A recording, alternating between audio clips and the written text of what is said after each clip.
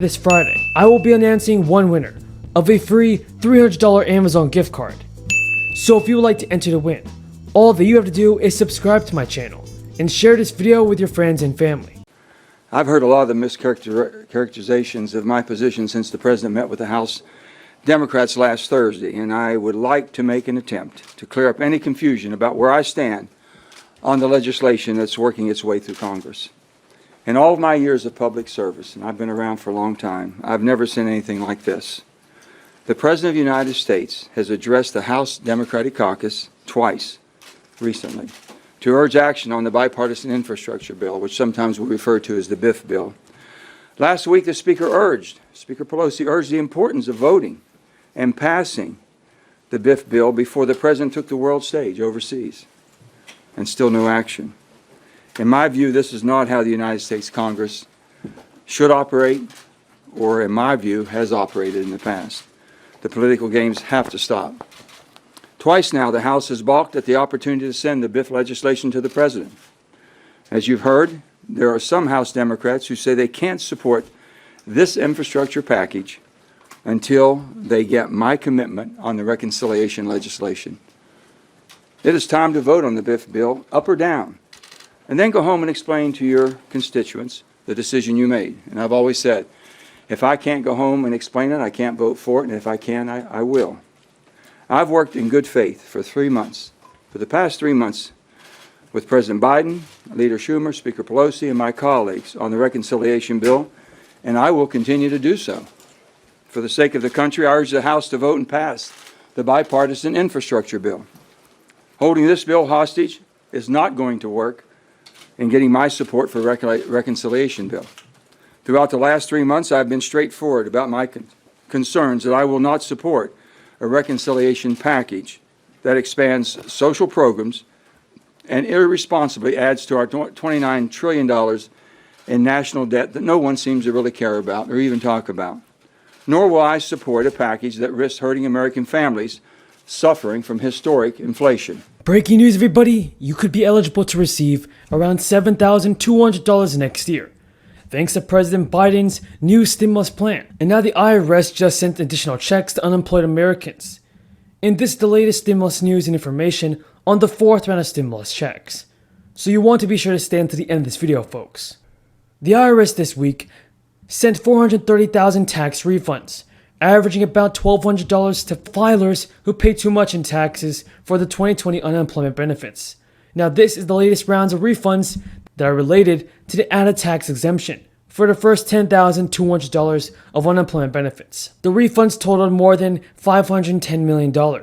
In a statement, the IRS said, "The review of returns and processing corrections is nearly complete, as the IRS already reviewed the simplest returns and is now concentrating on more complex returns." So folks, under the $1.9 trillion American Rescue Plan, the first $10,200 in unemployment benefits are not taxed for eligible filers, because legislation was signed into law halfway through the tax season this year. Some taxpayers had already filed their federal returns without taking advantage of the break. The agency identified 16 million taxpayers who may be eligible for an adjustment.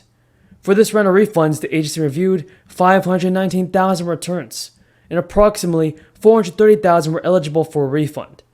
The agency so far has issued more than 11.7 million refunds related to unemployment benefits, totaling over $14.4 billion. And eligible filers whose tax returns have been processed will receive 2 refunds. The first reflects how they filed, and the second refund will reflect any tax break that they got on their unemployment benefits.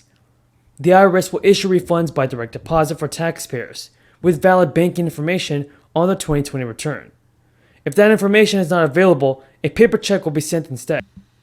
Now everybody, eligible filers whose tax returns have been processed will receive 2 refunds.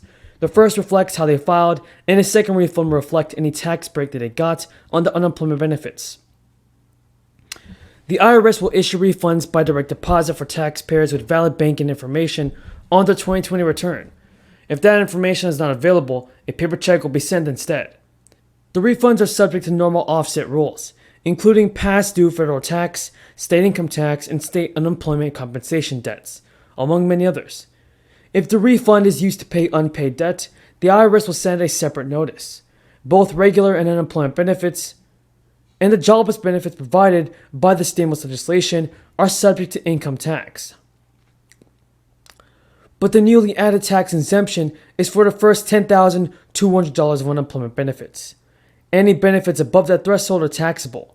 The break applies to the 2020 tax year and for households making up to $150,000. Now, taxpayers who become eligible for the earned income tax credit after the unemployment benefits exclusion is calculated may have to file an amended return to claim new benefits. The agency will send notices in November and December to individuals who didn't claim the earned income tax credit or the additional child tax credit, but may now be eligible for them. So while everything is not official yet, the Democrats' $1.75 trillion spending plan framework does update the child tax credit plan to be expanded for another year. Now, last week, Madam President, President Biden unveiled a framework for his Build Back Better plan that will make historic investments to help millions of working and middle-class families achieve the American dream in the 21st century, while taking new and bold steps to tackle the climate crisis. Over the weekend, I continued diligent, assiduous negotiations with my Senate colleagues, the Speaker, and the White House, as Congress prepares to take action on the President's proposals. We are still talking and working through important details and making good progress. And I want to thank all my colleagues for their diligence, their expertise, and their commitment to getting something done. As I've always said, nobody is going to get everything they want in the deal, but it will have some things that everyone wants. Even as legislative text continues to get finalized, the framework itself already contains very, very good and important things that will make a tremendous difference in the lives of the American people. It will help the middle class stay in the middle class. It will help those struggling to get to the middle class get there a little more easily.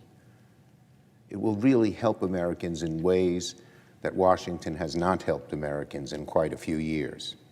One way it will help is childcare. Tens of millions of American families struggle with the unaffordable costs of taking care of their children.